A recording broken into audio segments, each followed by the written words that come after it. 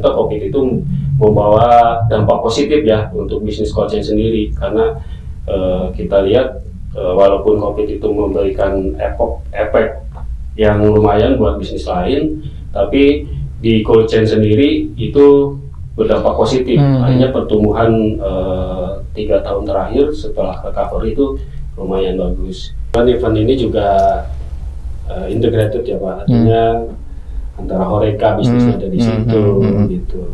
Terus restoran di situ, Cookie Hotel juga ada di situ. Jadi emang jangkauannya emang usernya langsung di sana gitu melihat produk, dan itu sangat efektif. Tahun ini kita punya target penjualan di atas 600. Kita targetnya bisa mencapai penjualan di atas 600 itu dari acara event ini. Ya mungkin 30%-nya adalah newcomer gitu Pak, yang ingin kita jangkau dari pameran-pameran ini.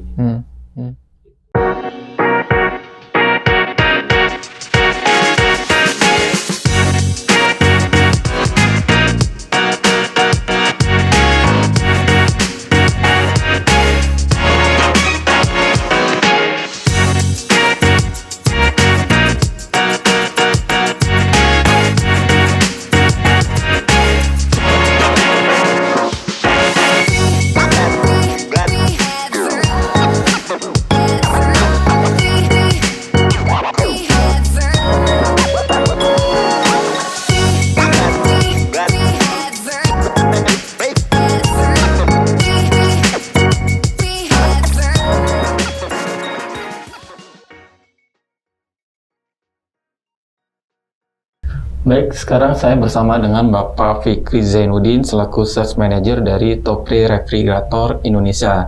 Juga dengan Bapak Budi Setiawan selaku Sales Marketing Topre Refrigerator Indonesia. Selamat siang Bapak-Bapak. Selamat siang Pak.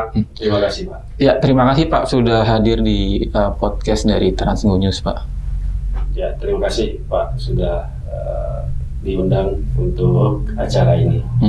Baik, Pak, menarik sekali terkait profil dari Topre Refrigerator Indonesia. Kan kita ketahui kan sudah beroperasi sejak 2015.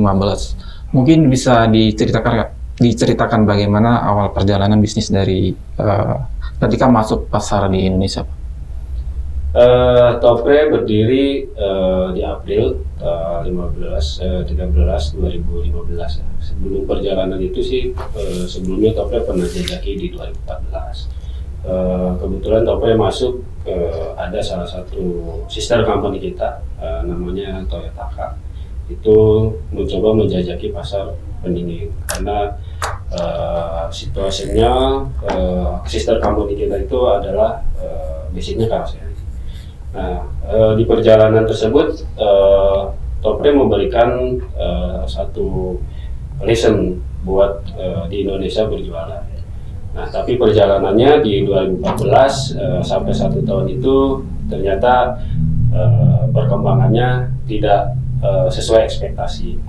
Akhirnya Topre membuat joint venture dengan Toyotaka, membuat satu company yaitu PT Topre Refrigerator Indonesia. Nah, di situ perjalanan 2015 berdiri joint venture antara Toyotaka Sangyo Jepang dan Topre Corporation Jepang. Itu perjalanan bisnis di 2015 Topre berdiri. Artinya awalnya itu justru di 2014 gitu ya Pak? 2014 penjajakan pasar. Penjajakan pasar. Karena Topre Jepang sendiri cabangnya untuk khususnya box pendingin itu only di Indonesia Pak. Selain kita punya worldwide di bisnis segmen yang lain untuk otomotif khususnya di Topre Corporation itu. Tapi hanya di Indonesia untuk subsidiari dari divisinya box pendingin. Oke. Bagaimana di tahun pertama Pak ketika masuki pasar Indonesia Pak, tantangannya dan kendalanya Pak? Tahun pertama lumayan sulit ya untuk kita tembus pasar Indonesia karena kita harus berjuang yang sudah minded di beberapa konsumen dengan merek-merek lain.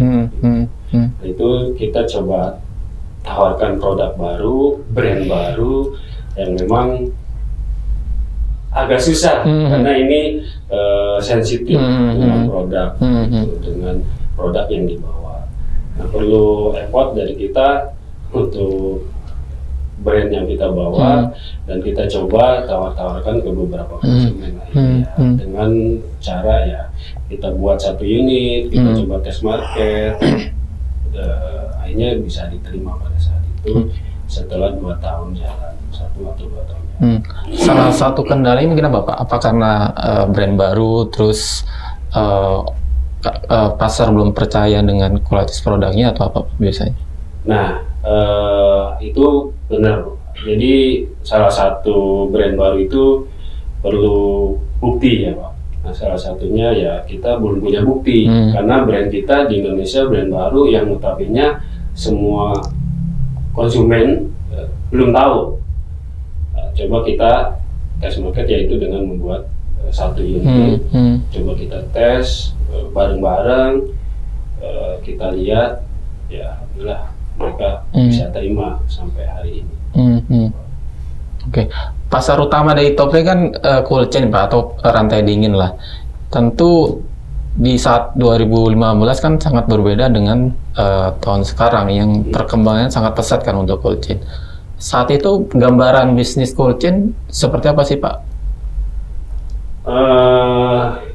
Kalau dari sisi Topre Japan sendiri melihat bahwa populasi penduduk Indonesia adalah banyak ya, nomor 4 di dunia. Jadi mereka melihat potensial pasar itu bagus. Walaupun pada saat itu mungkin bisnis cold chain belum menarik saat ini ya, apalagi kondisinya setelah COVID ya. Ternyata COVID itu membawa dampak positif ya untuk bisnis cold chain sendiri karena kita lihat walaupun COVID itu memberikan efek yang lumayan buat bisnis lain, tapi di cold chain sendiri itu berdampak positif. Akhirnya pertumbuhan 3 tahun terakhir setelah recovery itu lumayan bagus. Itu. Nah, melihat potensi itu akhirnya Topre Japan sendiri mencoba untuk membuat box yang memang sesuai teknologi yang memang dibawa ke sini. Gitu. Oke, justru ketika pandemi di saat mungkin industri lain terdampak di cold chain atau Topre justru tumbuh gitu Pak? Terus terang di awal pertama COVID itu sangat terdampak sekali. Gitu. Tapi melihat setelahnya Pak, melihat setelahnya, kalau di Indonesia setelahnya itu recovery-nya pertumbuhannya positif. Tapi kita comparison dengan mother company kita Pak di Jepang itu malah pertumbuhan di kopi itu bukannya menurun Pak, malah naik, hampir stuck tapi naik gitu pertumbuhannya dari kapasitas produksi sama sales targetnya. Gitu. Apakah ini ada pengaruh dengan mungkin tumbuhnya industri frozen food Pak pasca pandemi yang mungkin juga sampai hari ini pun tetap tumbuh gitu Pak, dan akhirnya kebutuhan untuk di sisi logistiknya dan terutama di refrigeratornya kan juga naik. Ya betul sih Pak, kita harus percaya atau yakini itu bisnis retailnya frozen food khususnya untuk retail toko-toko, warung-warung itu kan semakin besar pertumbuhan. Itu butuh rantai pendingin, gudang pendingin yang memang pendukungnya. Kita akuin sebelum masa pandemi atau 5 tahun yang lalu emang itu retail untuk toko-toko kan belum begitu banyak gitu. Nah setelah masa COVID dilihat karena butuhnya makanan-makanan frozen, higienis yang memang harus ke tempat tujuan, itu emang kita akuin bertambah gitu Pak. Termasuk mungkin termasuk mungkin di industri F&B dan Horeca ya Pak. Iya betul Pak, betul. Terutama mungkin yang franchise kan juga semakin banyak gitu ya. Iya. Emang bisnis cold chain kan tidak bisa antara bisnis Horeca itu saling keterkaitan karena itu adalah user gitu Pak. Karena makanan-makanan yang yang di delivery ke tempat tujuan membutuhkan makanan-makanan yang steril dan salah satunya transporter yang untuk box pendingin ini sangat menunjang bisnisnya mereka gitu. Oke. Mungkin agak lebih detail Pak. Bisa kasih gambar Pak milestone perkembangan bisnis dari Topre ini mungkin dari 2015 sampai 2025 dari sisi penjualan, terus line up produk dan juga mungkin jaringan distribusi di seluruh Indonesia Pak. 2015 kita cerita mungkin saya Pak Budi adalah orang pertama yang memang sales gitu loh Pak, sales yang bawa talas di Topre. Waktu itu 2015 hampir kita jualan 1 atau 2 unit ya Pak, karena membangun brandnya tuh lumayan susah payah Pak ya? Susah payah gitu. 2015 kita penjualan hampir 1-2 unit dan itu juga produk waktu itu karena pertama kita CBU Pak, CBU import dari Jepang. Ada salah satu konsumen yang percaya sama kami, mereka pakai. Di 2016 kita tumbuh hampir kurang lebih 30%, 50% lah. Di penjualan kita hampir yang pertama 2015 2 unit, tahun 2016 kita hampir 70 Pak penjualan kita. Dan terus bertumbuh di 2017 kita mencapai bisnis penjualan kita di atas 200 kurang lebih 280 ini. Nah, di tahun ketiga ya terus bertumbuh di atas 300 Pak. 300. 2019 juga hampir mencapai 400, tapi pada saat 2020 menjelang Covid kita hampir drop. Drop hampir setengah dari target penjualan kita. Di 2021 kami mendapatkan recovery Pak, recovery karena dari 20 setelah terdampak dari Covid, dengan kita punya sales target penjualan kapasitas produksi adalah 30 sampai 40 unit per bulan, kita punya target penjualan di 2021 itu kurang lebih di 200 unit. Nah, 2022 bertumbuh lagi, kurang lebih pertumbuhan kami dari year on year-nya itu 30 sampai 40% Pak. Dari average 30 sampai 40% Pak. Dari sisi line up produknya Pak, yang sampai hari ini ada berapa produk yang dipasarkan Pak? Saat ini produk ada 2 varian Pak yang kita pasar. Ada dua varian yang dipasarkan dan 1 plus dengan sistem UTETIC Pak. Jadi 3 varian yang kita pasarkan di Indonesia. Varian pertama yang lebih banyak laku di pasaran adalah seri FL. Jadi kita sebut FL series. Varian kedua belum lama kita bawa, jadi kurang lebih 3 tahun 4 tahun yang lalu, itu XP series. FL series cenderung lebih ke mungkin sudah agak lama ya, model-model lama yang di Jepang, tapi saat ini pun masih dijual, tapi itu udah mungkin 10 tahun yang lalu, dan itu harga ini lumayan diterima gitu. Seri FL itu di pasar Indonesia. XP series adalah seri terbaru Pak, itu seri terbaru dari Jepang, dan kita bawa itu ke Indonesia. Saat ini sih penjualan ada beberapa konsumen yang memang tertarik, tapi dari sisi harga more expensive dibanding yang seri FL gitu. Yang varian ketiga kita punya UTETIC. Jadi UTETIC itu sistem charging, seperti handphone. Harus di-charge dulu, baru dia bisa beroperasi selama 8 sampai 10 jam. Itu 3 varian yang saat ini kita jual di Indonesia. Walaupun sebetulnya varian di Jepangnya itu lebih banyak, tapi ada beberapa yang memang tidak kita bawa. Satu adalah kebutuhan pasarnya kita sesuaikan, karakter dan kebutuhan pasar di Indonesia. Kedua sama harga ya, karena biasanya kita harga ini yang lumayan tidak bisa kita saing dengan yang lain. Oke. Sementara masih dua line up produk Pak ya? Iya. Kalau untuk jaringan distribusi dan after sales-nya di seluruh Indonesia mungkin Pak? Untuk jaringan distribusi saat ini ada di Jakarta, Jawa, dan Bali gitu Pak. Nah untuk penjualan sendiri emang kita masih terpusat ya. Terpusat artinya karena kita integrated box dan dingin, jadi kita jualan dari Balaraja dan buat di Balaraja. Tapi jaringan distribusi kita untuk seperti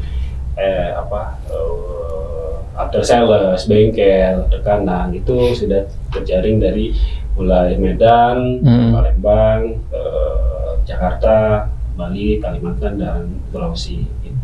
Ini kurang lebih ada 12 yang sudah kita registrasi sebagai bengkel rekanan. Jika ada dari beberapa konsumen yang memang ada trouble di daerah gitu, jadi bisa kontak kita. Itu jaringan kita yang saat ini distribusi untuk sales. Tapi untuk penjualan sendiri sih ada di Balaraja. Oke, berarti dari sisi after sales itu udah hampir mengcover seluruh Indonesia ya Pak? Iya, hampir Pak. Mungkin mudah-mudahan tahun ini sudah bisa mengcover Sulawesi sampai ke Manado, Papua. Sebetulnya kita sudah mulai Pak, tapi ini dengan jaringan yang memang jaringan offline dan freelance gitu Pak. Karena terus terang untuk jaringan daerah selain unitnya masih terbatas Pak, bengkel-bengkel pun karena ini box pendingin itu lebih spesifik ke kebutuhan material dan sebut cadang, jadi mereka tidak banyak part yang stok, artinya hanya beberapa dibutuhkan saja gitu. Oke. Baik, menarik Pak. Tadi udah disampaikan banyak hal dari Pak Fikri untuk perjalanan bisnis dari Topre selama 10 tahun terakhir. Mungkin bisa kasih gambaran Pak untuk diproyeksi di tahun ini pertumbuhan bisnisnya seperti apa untuk Topre, tentunya dengan pertumbuhan bisnis cold chain saat ini gitu. Kita harus optimis ya Pak. Walaupun di awal tahun ini masih wait and see gitu ya. Tapi kita punya confident bahwa target itu harus meningkat 10-20% di tahun kemarin. Kalau lihat bisnis saat ini sih pertumbuhannya emang bagus Pak. Mudah-mudahan sih ini bisa terjaga ya sampai ke beberapa tahun ke depan dengan melihat kondisi bisnis dan jaringan retail, apalagi toko-toko retail yang semakin bertumbuh, dan warehouse juga bertumbuh. Dan itu kebutuhan untuk transporter atau box pendingin itu sebagai penunjang bisnis ini. Kalau dari sisi tren sendiri Pak, dari sekian banyak industri yang mengcover untuk cold chain ini kan dari F&B, Horeca gitu, mungkin juga farmasi juga kali ya Pak. Itu yang menjadi tren dan akan tumbuh di tahun ini apa Pak? F&B pertumbuhannya bagus Pak, sama bisnis ini ya Pak, retailnya seperti toko-toko frozen food gitu. Karena itu saya lihat di beberapa jaringan itu pertumbuhannya lumayan Pak, permintaan untuk supply ke toko-toko gitu. Itu hampir sampai ke daerah gitu. Oke, karena pemainnya tidak hanya pemain besar Pak, sampai UMKM pun ikut bermain di situ ya Pak. Oke. Itu yang menjadi juga proyeksi ke depan akan menjadi tinggi Pak untuk penjualan dari Topre itu ya Pak. Ya. Oke, menarik Pak. Di satu sisi kan Topre ini kan di negara asalnya di Jepang itu kan menjadi market leader ya Pak ya. Bisa kasih gambaran Pak, seberapa besar Topre di Jepang Pak? Di Jepang sendiri Topre sudah berdiri dari 1935 Pak. Jadi sudah hampir di atas 70 tahun ya Pak. Topre sudah berjalan di Jepang. Topre brand di Jepang market leader dengan pangsa pasar di atas 40%, Pak. Ini mungkin hampir mencapai 50%. Oh, oke, sell marketnya ya. Gitu. Karena salah satunya adalah one stop solution, Pak. Integrated manufacturer. Nah, itulah salah satu juga mengapa konsumen menjadi pilihan. Box dan pendingin itu ya brandnya Topre sendiri gitu, tidak terpisahkan. Nah, pertumbuhan sih sampai tahun ini growing. Tahun ini pun pangsa pasarnya hampir mencapai di atas 50%, Pak. Pertumbuhan Jepang sendiri. Oke.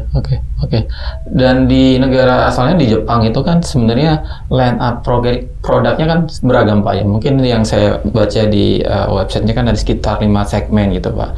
Sementara di Indonesia mungkin baru ada 2, Pak ya. Iya. Kenapa belum semuanya, Pak?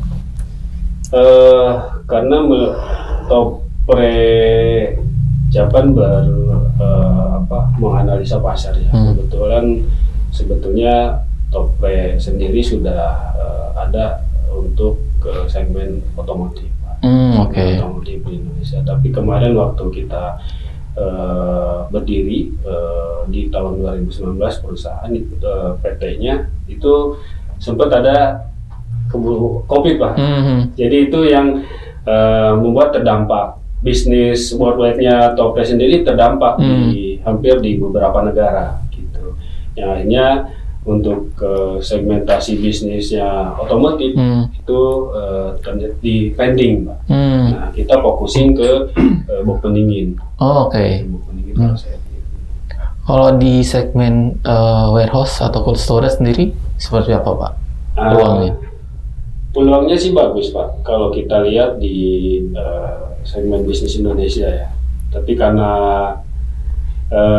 Topre sendiri sebetulnya bukan manufaktur untuk cold storage, Pak. Hanya untuk integrated carossery. Jadi kita tidak fokus ke sana. Walaupun di grup company di Topre Japan sendiri kita punya bisnis itu. Tapi kita tidak fokusin ke sana. Kita ingin menjadi salah satu market leader juga di Indonesia untuk box dan pendinginnya. Oke. Dan di negara asalnya pula Topre ini kan kapasitas produksinya bisa mencapai 11.000 unit ya per tahun, Pak ya. Berarti itu apa yang dijual sini langsung impor dari sana ya, Pak, atau gimana? Kebutuhan pasar Jepang year-nya itu kurang lebih 24.000 unit per tahun saat ini. Topre pangsa pasarnya 15.000, Pak. 15.000. Jadi 11.000 itu mungkin 8 tahun yang lalu bisnisnya bertumbuh. Saat ini 15.000 kapasitas dan share market untuk Jepang. Nah, sedangkan untuk tadi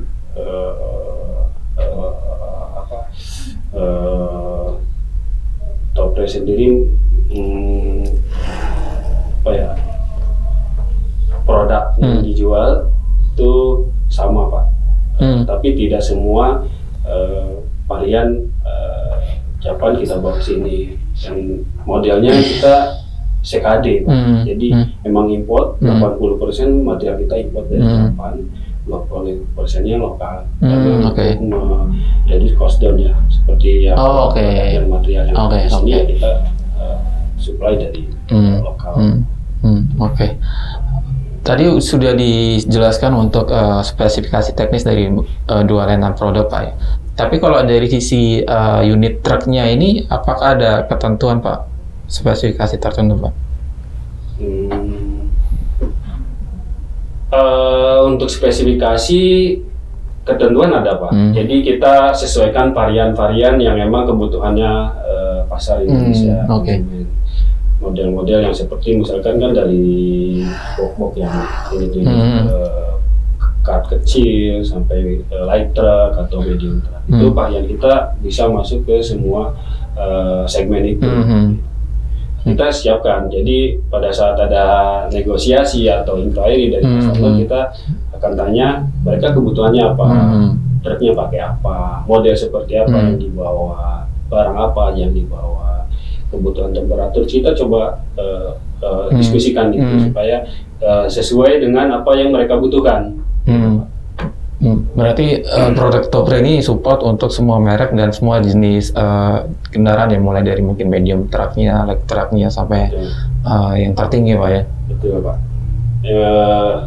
Kita supply buat semua jenis truk, tapi ada beberapa yang kita belum bisa supply Pak. Khususnya brandnya Pak. Karena kita adalah Japanese brand, jadi lebih ke concernnya Japanese truck gitu. Siap. Jadi ada beberapa yang kita bisa belum, seperti ada beberapa konsumen yang saat ini ada China brand gitu Pak ya, seperti merek tertentu itu yang belum kita support, karena brand kita sebetulnya harus study mengenai selain dari truknya juga dari engine Pak. Nah, itu kita perlu study, develop gitu. Nah, itu dari ATPM juga harus support kita. Kebetulan ATPM itu juga support buat brand kita. Dan apakah untuk pengadaan heavy truck ini apa unitnya harus truk baru Pak? Tidak juga sih Pak. Jadi seperti konsumennya Pak Budi itu banyak yang memang truknya truk second. Tapi kan kita kadang diskus sama konsumen, alangkah baiknya yang baru. Tapi kalau yang lama pun, yang bekas pun kita masih bisa support. Sudah 3, 4, 5 tahun gitu. Itu bisa kita buatkan sesuai. Apa bedanya Pak? Apa keuntungannya Pak? Kalau yang baru mungkin sama halnya seperti mobil baru, masih fresh, masih original, kompresinya masih bagus gitu. Dan itu support buat pendinginannya Pak. Tidak mungkiri yang lama juga sama Pak. Kalau itu masih sehat mesinnya, dan itu akan berdampak baik pada mesin pendingin. Tapi kita lihat secara jangka panjang Pak ya. Kenapa kita choice, kenapa harus yang baru? Pada saat kita pilih second Pak, itu notabene sasisnya sudah 5 sampai 10 tahun. Sedangkan nanti ada peremajaan di waktu lain hari. Nah, itu akan membutuhkan waktu juga Pak pada saat perpindahan. Nah, itu kan menyita waktu, mobilitas pada pekerjaan sendiri gitu. Itu perlu boxnya dipindahin lagi, ininya lagi, dan itu butuh waktu Pak. Kalau sedang sibuk mungkin demandnya tinggi kan, truknya rusak, boxnya masih bagus. Mempengaruhi produktivitas juga ya Pak ya. Baik. Mungkin dari Pak Budi ya bisa jelaskan di sisi ini Pak, di fitur unggulan yang 2 line up produk tadi Pak. Di Topre? Iya, ketimbang kompetitor yang sudah ada Pak. Kita itu punya sistem dual chamber Pak. Jadi ada 2 ruang. Depan itu adalah freezer, belakangnya chiller. Jadi bisa bawa 2 barang sekaligus. Depan bisa bawa daging beku atau es krim. Mungkin yang belakang bisa bawa coklat atau kue. Dan ruang chiller itu tetap bisa kita setting suhunya Pak. Iya. Jadi nggak cuman istilahnya ngeblong dingin dari depan, nggak. Tetap bisa kita setting. Jadi kecil kemungkinan ruang chiller itu kita ini misalnya nyimpan sayuran jadi beku, itu nggak akan terjadi.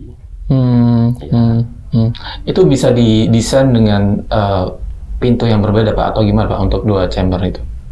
Jadi di tengah itu ada sekat pemisah, ya sekat pemisah, dan ada ducting, ada kipas, dan itu ada sensor.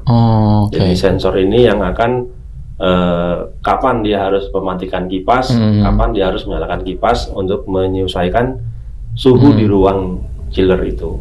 Ya. Jadi dingin yang ada di ruang freezer dipindahkan, disedot oleh kipas ke ruang belakang. Seperti itu sistemnya. Kalau dari penerapan teknologinya Pak untuk monitoringnya, apakah Topre menyediakan khusus atau bekerja sama Pak? Untuk monitoring seperti contoh misalkan sensor real time GPS, sebetulnya kita tidak menyediakan itu karena itu beda brand. Kita hanya menyediakan sensor yang untuk dimonitor langsung di kendaraan. Itu seperti control display, itu terintegrated.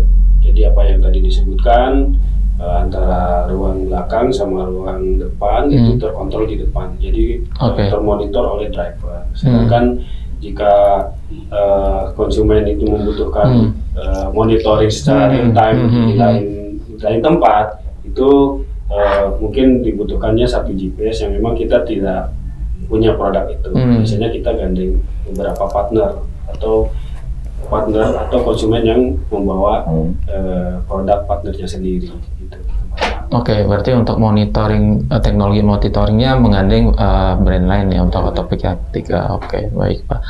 Oke, kalau dari si perawatan nih, mungkin juga dari Pak Budi, perawatan refrigerator ini apakah ada service tertentu Pak dari Topre Pak? Terutama mungkin buat user ya, yang mungkin dari drivernya atau mekaniknya kan, untuk biar tahu produk knowledge dari Topre ini. Pertama, produk kami yang dibeli customer baru itu ada free service 3 tahun tanpa batas kilometer. Perawatannya kurang lebih berarti sekitar 4 bulan sekali. Kalau memang customer tidak bisa datang ke workshop kita akan datangin customer. Ya. Dan selain untuk servis, mungkin membersihkan kondensor semua, ketika ada masalah itu langsung kita ganti. Ya. Kemudian untuk driver biasanya kita training Pak. Mereka mungkin baru ya, biasanya kita akan adakan training ke mereka. Apa yang perlu diketahui driver yang mungkin sebelumnya tidak ada pengalaman untuk di refrigerator? Yang paling utama adalah penempatan barang Pak sebetulnya. Kalau untuk menyalakan gampang ya, on off ya. Kadang-kadang yang harus diperhatikan adalah kita tidak boleh menaruh barang itu menutupi evaporator. Ya, kadang-kadang orang nggak tahu. Pernah ada pertanyaan komplain ke kita, Pak, barangnya dingin tapi nggak beku. Pusing kan jawabnya, nggak dingin tapi beku. Nah, ternyata mentok sampai atas Pak. Harusnya ada space. Harusnya ada space. Jadi evapnya itu nyembur dinginnya hanya barang yang di depan, yang belakang nggak kebagian. Ya, makanya dia dingin Pak tapi nggak beku. Yang nggak kebagian soalnya jadi nggak ada yang beku. Nah, itu nggak boleh sampai mentok memang. Jadi dari satu box penuh mungkin hanya 80% aja yang dipakai. Sisanya harus ada sirkulasi udara. Itu sih yang lebih kita tekankan. Berarti driver ini juga harus punya knowledge di sisi handling barangnya, sama monitoringnya juga Pak ya? Harus ya. Dan harus melakukan pre-cooling Pak. Jadi 2 jam sebelum barang itu masuk, box harus sudah dingin. Misalnya di setting minus 25, ya 2 jam sebelum barang masuk, box harus minus 25 dulu. Karena tujuan box pendingin ini hanya untuk menjaga suhu, bukan untuk membuat dingin barang. Itu. Nah, untuk itu Pak Fikri, apakah juga effort lebih Pak untuk bisa men-training driver? Kan nggak semuanya bisa ya gampang lah untuk menerima kayak gitu. Ya, biasanya pertama kita ke konsumen, kalau emang konsumennya itu tidak familiar dengan box pendingin atau konsumen baru, kita biasanya tawarkan Pak. Memang itu adalah bagian dari paket kita Pak. Jadi kita memberikan edukasi dan kita menyediakan waktu buat konsumen yang memang membutuhkan effort kita atau dari kita. Jadi biasanya kita tawarkan, selalu sediakan waktu di konsumen untuk driver dikumpulkan, kita datang, kita kasih training teori dan juga kita kasih training praktek apa yang harus mereka lakukan. Itu kita langsung terjun ke lapangan Pak. Itu dengan driver ataupun dengan usernya, operasionalnya langsung gitu. Oke. Berarti dari sisi Topre juga men-training dari knowledge produknya juga SOP-nya juga ya Pak? Betul. Itu yang kita lakukan sampai saat ini masih terus kita lakukan. Jadi adapun konsumen yang memang sudah konsumen lama, belum pernah mendapatkan edukasi itu, kita coba berikan Pak kalau memang ada permintaan itu. Tidak hanya konsumen baru, tapi konsumen lama pun kalau membutuhkan kita support ke sana.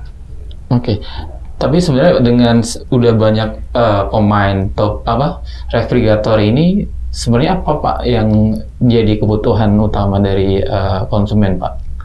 Menurut Topre Pak? Kalau kebutuhan utama ya sebetulnya untuk menjaga produk ya Pak, yang tadi disebutkan Pak Budi. Suhu yang dibawa itu harus sama dengan suhu yang akan disampaikan. Nah, seperti kebutuhan es krim Pak.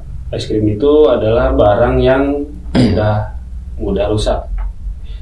Jadi kalau tidak pakai bau pendingin, ya itu konsekuensinya rusak Pak. Nah makanya dibutuhkanlah bau pendingin tersebut gitu. Dan itu bukan hanya es krim Pak, termasuk adalah vaksin. Vaksin kan itu barang yang sensitif, apalagi sensitivitasnya selisih dengan temperatur. Itu barangnya bukan hanya barang yang lumayan murah gitu, tapi emang lumayan mahal. Kebutuhan itu yang mungkin akan terus bertumbuh Pak, sesuai dengan beberapa pasar seperti pertumbuhan F&B, restoran. Oke, baik Pak. Kita ketahui kan Topre ini di Mei akan ikut serta di pameran Indonesia Cold Chain Expo Pak ya. Dan apa yang akan ditampilkan Pak oleh Topre Pak di pameran tersebut Pak? Untuk tahun ini kita akan menampilkan produk truk yang light truck, khususnya yang XP series Pak. XP series karena itu yang kita genjot penjualannya di XP series. Kedua dengan varian yang emang varian yang model truk yang saat ini demand-nya banyak gitu. Seperti model tadi double chamber gitu. Varian custom untuk innernya juga kita akan tampilkan Pak, salah satunya. Kedua mungkin Utetik Pak, rencananya Utetik akan kita tampilkan lagi karena kebutuhan itu ada beberapa yang kita butuhkan, khususnya di yang 3 roda Pak. Itu rencananya kita tahun ini yang akan kita tampilkan produk di ISPO 2025. Ini keikutsertaan Topre yang keberapa Pak di pameran ini Pak? Ini berapa ya? 7 mungkin ya. 7 ya Oh, Pak? 7. 7 Oke. Ini 7 nggak sempet tuh yang pas lagi COVID aja. Ini 7 kali berturut-turut kita ikut dalam event pameran Cold Chain karena kita akuin berdampak pada branding kita. Adalah salah satunya ada di pameran ini. Jadi ada emang hampir 30 hampir 40% juga konsumen-konsumen kita juga yang memang visitor dari event-event pameran. Oke, artinya sangat efektif untuk memasarkan produk Topre lewat ajang pameran tersebut Pak ya? Betul Pak. Oke. Kebetulan event ini juga integrated ya Pak, artinya antara Horeca bisnisnya ada di situ gitu, terus restoran di situ, Cookie Hotel juga ada di situ. Jadi emang jangkauannya emang usernya langsung di sana gitu melihat produk, dan itu sangat efektif buat produk Topre dikenal oleh semua kalangan yang bisnis Horeca. Oke, apa ada promo khusus Pak nanti Pak di pameran? Tentu ada Pak, promo khusus di event ini, mungkin spesial. Tidak, kalau kita pembelian atau pemesanan di luar event itu ada diskonnya kan tidak sebesar di event. Mungkin nanti akan ada promo khusus Pak, khususnya yang emang seperti tahun lalu kita juga mau mengeluarkan event khusus harga di event, tapi harus emang harus jadi pemesanan di booth gitu Pak. Oke. Itu minimal mereka harus keluarin SPK. Ada ya lumayan Pak, kalau perbandingannya hampir 20 di atas 20% gitu untuk event acara pameran tahun ini. Oke, baik, terakhir mungkin Pak Fikri dan Pak Budi Pak, target di pameran ini Pak dari sisi marketing, branding, dan penjualan seperti apa Pak dari Topre Pak? tahun ini kita punya target penjualan di atas 600. Kita targetnya bisa mencapai penjualan di atas 600 itu dari acara event ini. Ya mungkin 30%-nya adalah newcomer gitu Pak, yang ingin kita jangkau dari pameran-pameran ini. Gitu. Ada tambahan Pak? Ya, tentu kami berharap dari pameran ini bisa membantu kita untuk mencapai target yang sudah kita rencanakan. Gitu. Oke. Lagi? Ada lagi? Ya mungkin ya mudah-mudahan sih tidak hanya di event ini Pak, tapi event setelahnya itu memberikan dampak positif buat lebih dikenal lagi produk kita Pak, khususnya brand Topre sendiri. Mungkin itu sih Pak cukup. Tambahan mungkin Pak Fikri, ini buat visitor barangkali yang ingin datang di booth Topre bisa disampaikan lokasinya Pak. Ya buat pengunjung, khususnya transporter, cold chain, industri detail yang akan berkunjung ke acara event tahun ini 2025 ada di G-Expo. Itu booth kita ada di Hall D, boothnya Delta 1. Acaranya di tanggal 6 sampai tanggal 7 sampai tanggal 10. Jadi dari hari Rabu, Kamis, Jumat, Sabtu terakhir.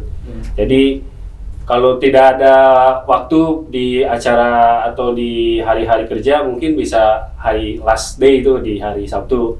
Mungkin waktunya bisa lebih banyak buat teman-teman visitor ya atau konsumen-konsumen kami. Ya mungkin itu di G-Expo Kemayoran. Di G-Expo Kemayoran ya. Jangan lupa tanggal 7 sampai tanggal 10 di Mei 2025. Terima kasih. We are Cold Chain.